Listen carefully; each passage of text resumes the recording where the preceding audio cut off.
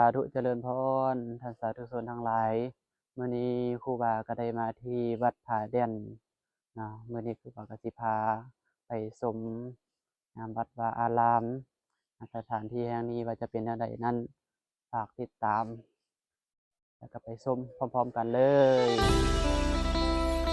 มื้อนี้เฮามาฮอดไสกันหน่อยอยู่ไสกันนี่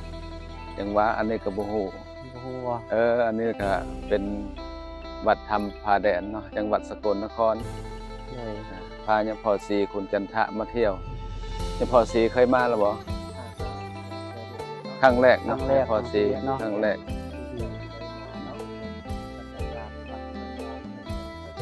งามบ่โอ้งามพาไปเที่ยวเลยเด้อเดี๋ยวไปเบิ่งไปชมกันเลยเดี๋ยวสิพาเขาชมภายในเนาะอันนี้ก็เป็น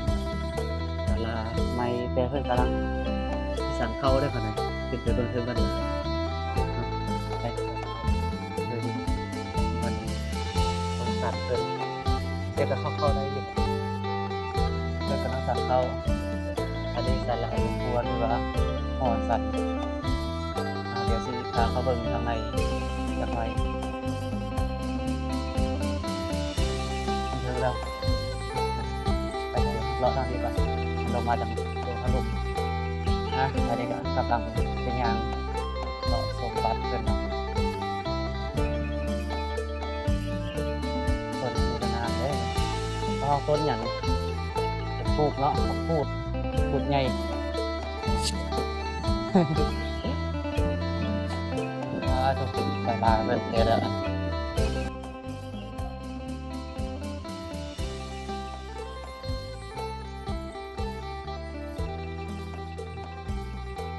ห้องน้ำห้องไหนก็อยู่ห้องที่เปิด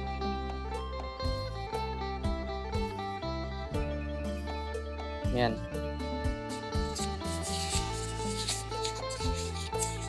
เป็นห้องน้ำทราย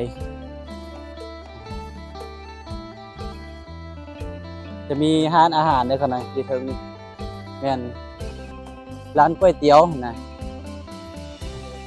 มีไปขึ้นว่าโทษครูบาไม่ตาว่ามากินกาแฟท่าเห็นปะไปดิพาขึ้นเบิ่ง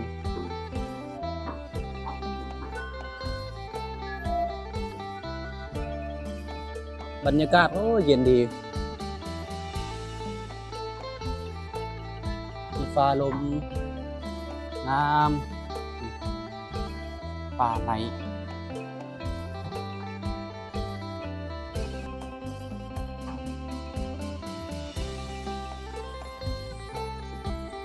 อยู่เทิงต้นไม้เลยได้นี่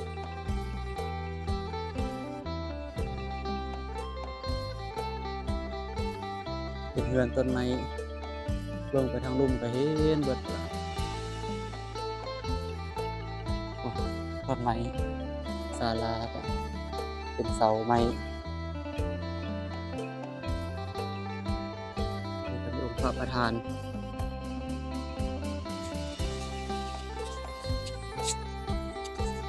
เดียวพาไปชมพญานาคพระนาคปกที่สวยสดงดงามข้างหน้าของเขานี่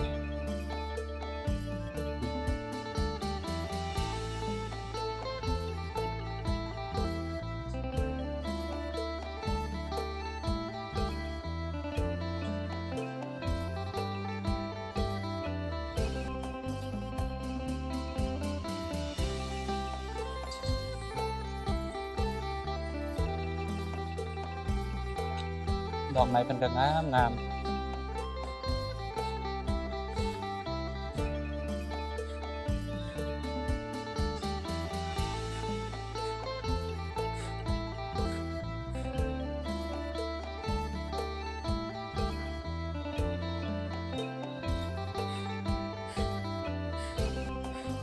พญานาคใหญ่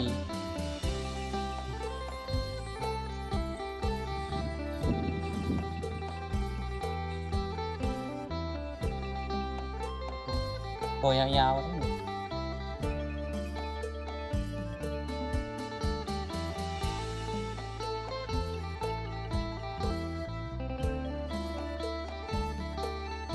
ความสวยสดงดงามวิจิตรศิลป์อลังการงานสร้างของอาจารย์ พูดปูนปั้นฝากศิลปะไว้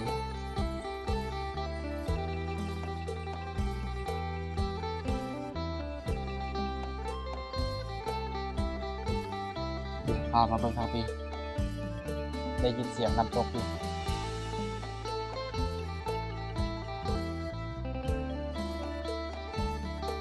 นี่ทางลุ่มน้ำตก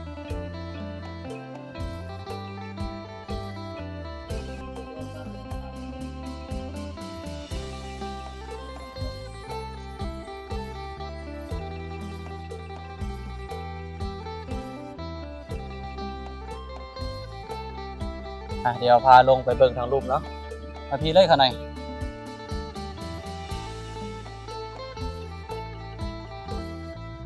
ทาแดนคอฟฟี่เห็นว่าได้ขายก่อนเปิดร้านเข้ามาเสาร์พุธ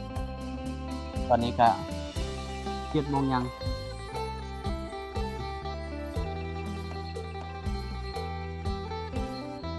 เกิดรถมนน้ำทางไปทางมานี่โอ้ไหล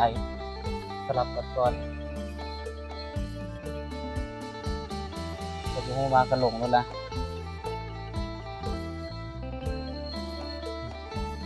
ไปเดี๋ยวพาไปชมโอ้นะสงบลมลื่นดี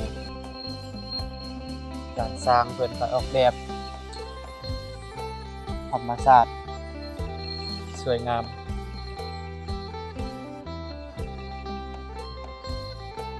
ผู้ใดบ่ทันมากมาเด้อมาเบิ่งมาชมหอมสดงดงามเพิ่นก็กำลังอนามัยเข้ามาเขาเนาะนายยังพาไปเบิ่งน้ำตกตอนนี้เขาขึ้นไปถึงก่อนขึ้นไปถึงมีหลายอย่างปกตินี่ขึ้นทางคุณแล้วก็เลี้ยวลงมาครับเพราะว่าสิขึ้นมากินกาแฟผู้ใดอยากมาพักผ่อนหย่อนอารมณ์นะลองเวลาพักผ่อนก็มาได้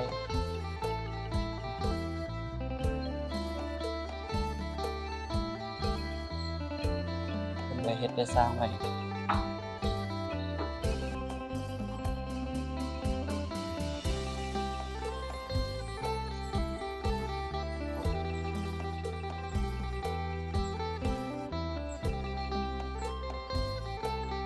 นางลินนางชมได้รูปจะเป็นพระธาตุเจดีย์เดี๋ยวพาไปเบิ่งน้ำตกนะอันนี้มากไหมมากยังไงเป็นกระแซบอยู่ได้นี่มักว่าบ่มากยังเนาะผู้บ่าวผู้ฮู้ไปฮู้ก็คอมเมนต์มาได้เด้อว่าเป็นมากยังอาจจะเป็นมักว่าประมาณนี้เป็นกระแซบดิเบิ่งสีมันสีสดใสและมีกลิ่นหอมเลยลาย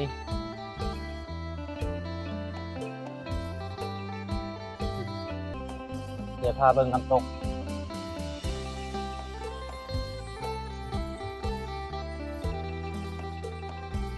น้ำตก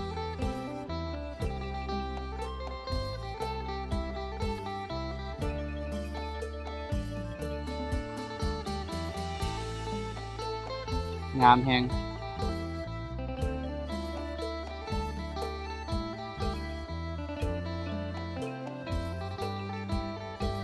คือทัศน์ธรรมชาติเป็นไรเห็ดไรงามเป็นผักกูดอ่ะเดี๋ยวจะพาไปเบิ่งลายอันนี้เป็นพระพิฆเนศหางพญานาคที่เขาเห็น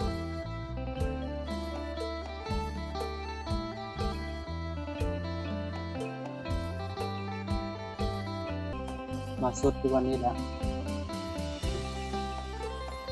สวยงาม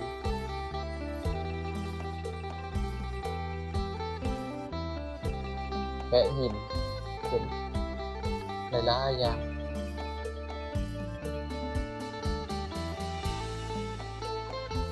เดี๋ยวพาส้มไปเบิ่งทานอาหารอีกเนาะที่เขามากินนี่ก็ธรรมชาติสวยงามหลาย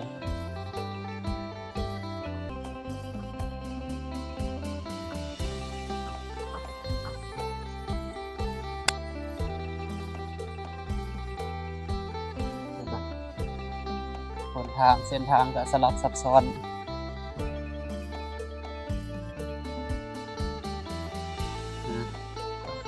ตามส้มไปนำกันเด้อผู้ใดบ่ได้มากันได้เห็นนำกันเนาะได้เห็นส้มนำกันตอนนี้ก็สิเป็นอาหารเด้อ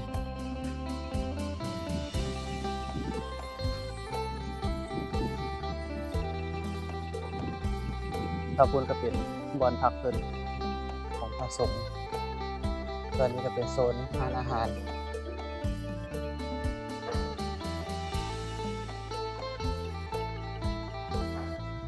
วันถ่ายรูป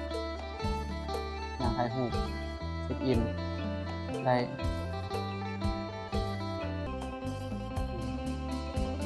มีรายการไปแล้ว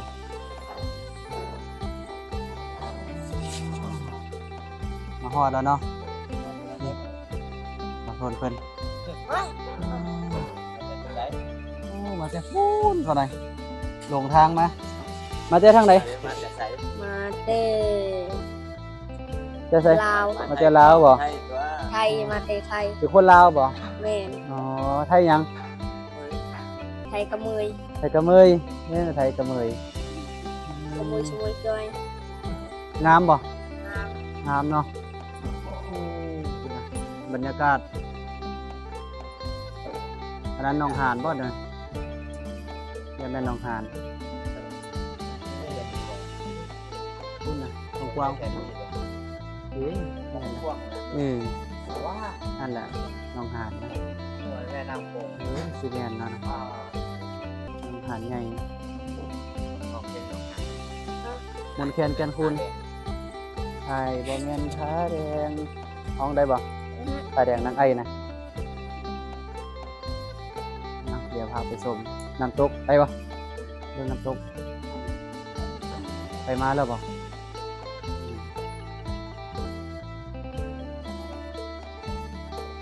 เดี๋ยวพาไปเบิ่งน้ำตกอีกอันนี้ต้นไห้ทางนาเฮาสวนเพิ่นจัดสวนงามเด้งามบ่ งาม งามเนาะงามสัมผู้สาวอยู่บ่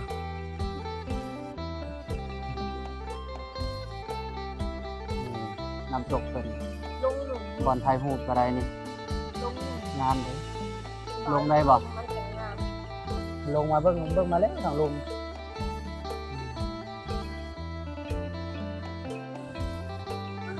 พี่พี่ น้ำตก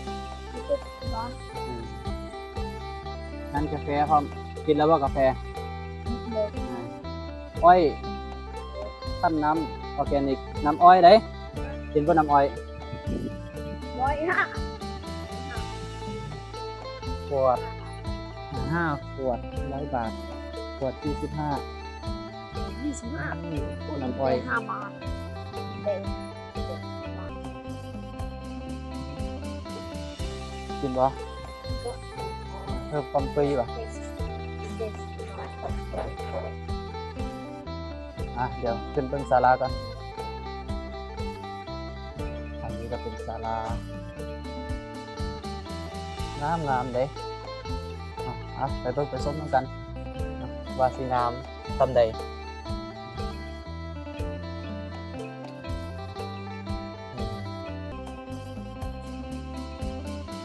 มีแต่ไม้เพิ่นเอามาเฮ็ดเกิดกันขึ้นไป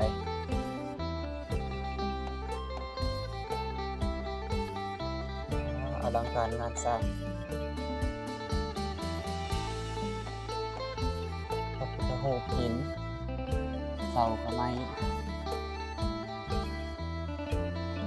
ผู้ใดบ่เคยมาก็มาเบิ่งเด้อเบิ่งชมอันนี้เป็นโต๊ะโอ้เพิ่นเฮ็ดใหม่ตัวนี่มาแต่ละเทื่อบ่เคยเห็นได้นี่ตาตุเ ถึงมีเวียดนามประเทศใหม่ตอนนั้นบ่ทันได้เฮ็ดมา 2-3 ปีหลังมาตอนนี้แล้วเนาะก็เพิ่นขยายออกมาอีกต้นไม้ยังเห็นแต่ปลายมันนี่ลมซ่าที่วัดถ้ำผาแดนสกลนครเมืองสกล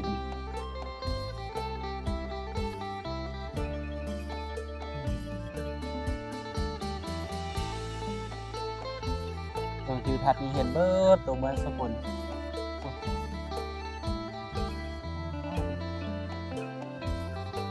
ความสดงดงาม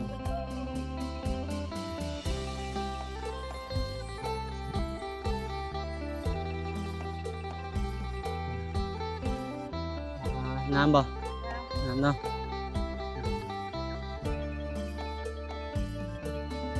สูดเสียงหูเสียงตาเลย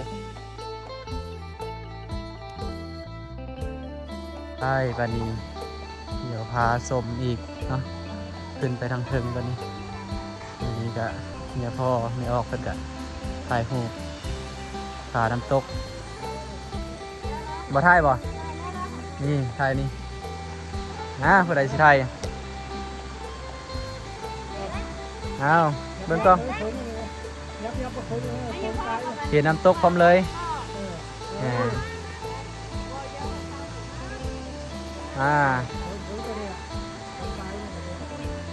งามแล้วบอนนี้เราให้มันเห็นนั่นให้มันถ่ายเห็นนั่นพร้อมเดี๋ยว1 2 3ไปเดี๋ยวขึ้นพาสมทางเทิงอีกเนาะก็4นำหน้าเลยไปเป็นไงเชื่อมออกกันกะ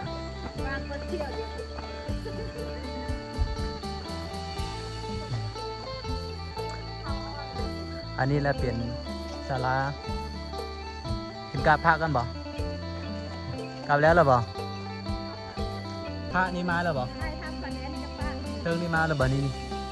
พระนอนฮะนี่บ่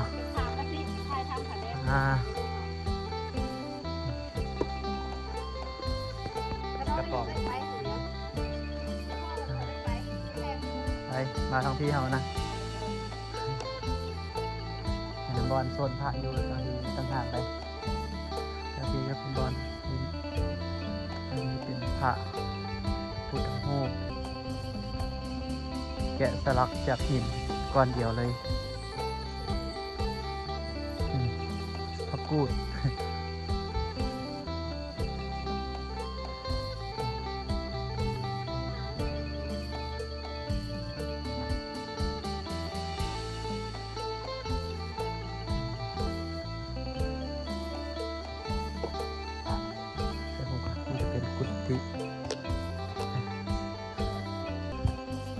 สวยงามเรายังมาถ่ายรูปตอนนี้ขึ้นไปเบิ่งพญานาค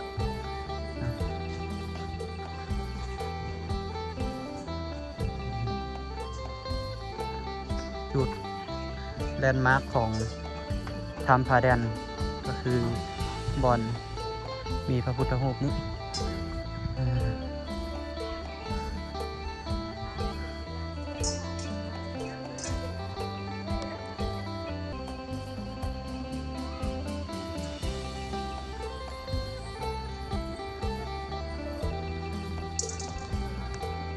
อันนี้ก็คือวัดผาแดนจุดแลนด์มาร์คของวัดถ้ำผาแดนก็นี่ล่ะองค์พระนักปกเนาะสง่างามมีมนต์ขลังส่วนนี้ก็เป็นหอยพุทธบาท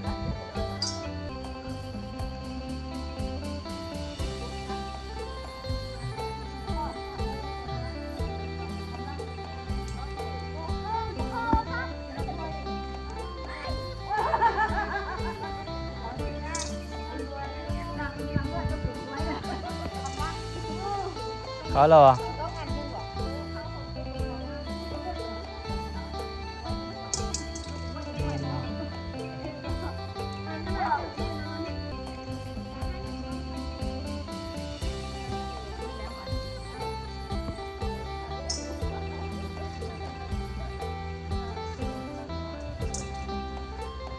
นี้ก็บอนซาเหรียญไปโยนเนาะเก็บเหรียญทานละ20 บาท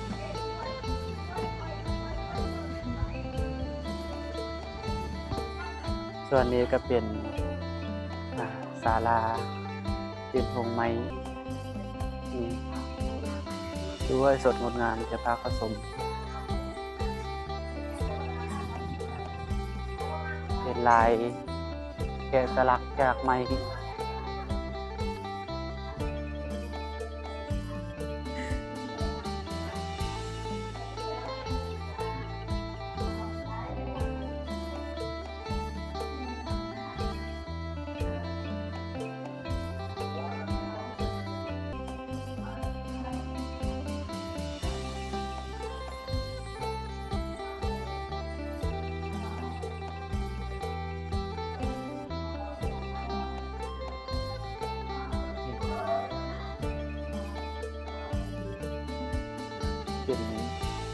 ไม้แกะสลักเทเป็นเสา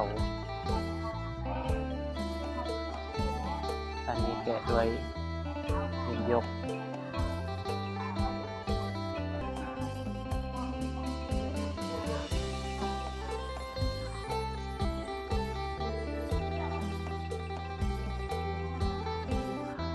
ศาลางามงามทำไมไม่แกะสลักเทเป็นไม้แบบนี้เลย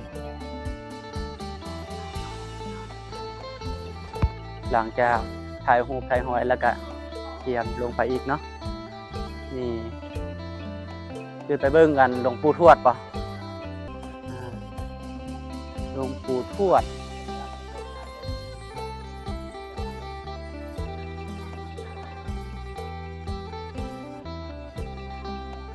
หลวงปู่เทพโลกอุดร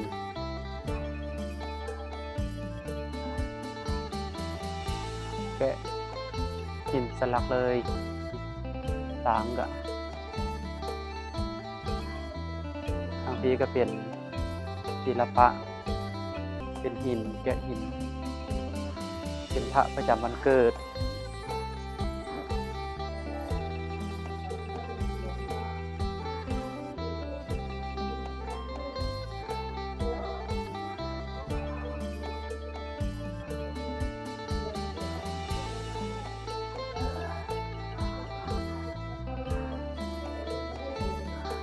พระประจำวันเกิด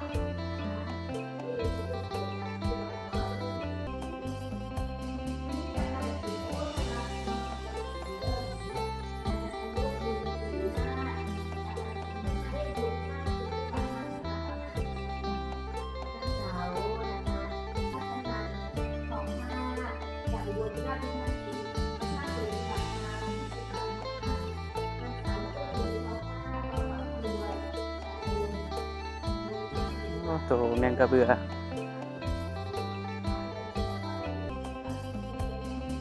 อันนี้ลงลายชื่อไว้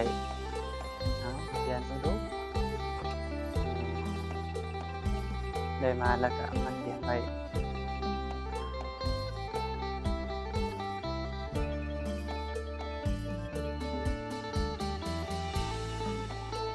ตอนนี้ก็กำลังขี่รถลงนะหลังจากเที่ยวชมเป็นที่เรียบร้อยเป็นอะไรม่วนบ่ม่วนกำลังขี่รถเนาะผู้ใดบ่ทันมาเด้อผู้ใดบ่ได้มาก็ได้แต่เบิ่งวิดีโอแล้ว